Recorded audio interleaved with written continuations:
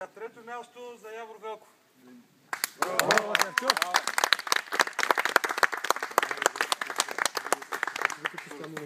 Трусикът е дошъл. Да. Всеко състезание от минута, когато беше фътът в Русе. Снимки? От как 83, ако не се лъжа. как Валяев му настъпи точки.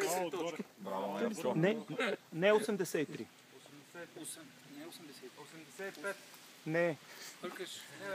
Най-ляво виж 1, 2, 3. 80. Браво. Второ място за Милен Миладинов. Браво.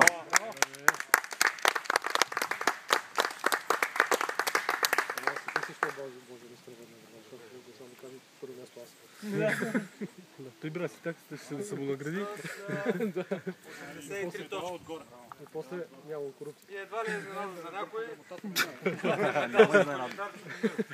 Браво.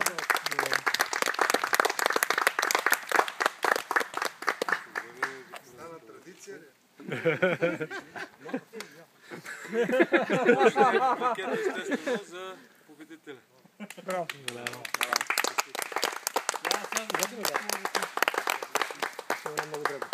Грамотата под медала, пакета другата ръка.